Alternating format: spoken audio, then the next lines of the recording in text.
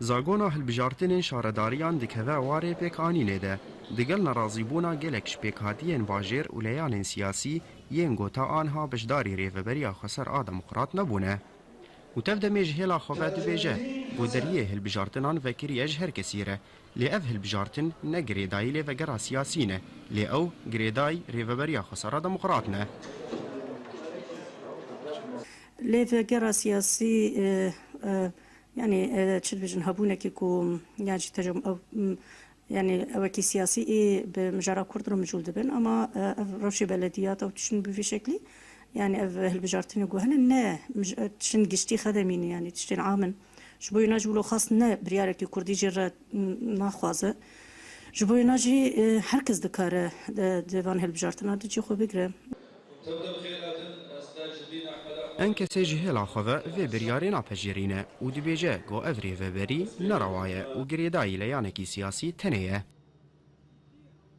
Rêveberî û îro ne di wî warî de kare hilbijartinê birra demokratîk li herêmên Kurdî çêk.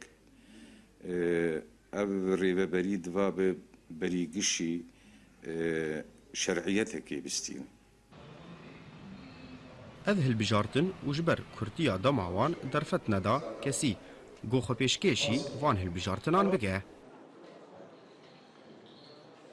راسي وكا سبورك هالبجارتنا لازم بينم كو اف هالبجارتن نا آزاد وروانا جبر دولتي دنيا تشينا بوكو عليك تني هالبجارتنا بسري خوشي كي به هر كسي دي دولتي دنيا تشينا بوا كو كامبانيا هالبجارتن يعني حمله انتخابي تني 4 روز بن تدريبال دنيا تشينا بوا كو مفوضيه العليا الانتخابات بيجي بي كسي كو طعنه كي بقدميني ويصد هزاري بدي Hilbijartinên şaredariyan berdewam in digel nerazîbûneke diyar ji gelek welatiyan. Ev jî bi bandora xweyanê Nîl ser çarenûsa rawabûna van şaredariyan dê rabe.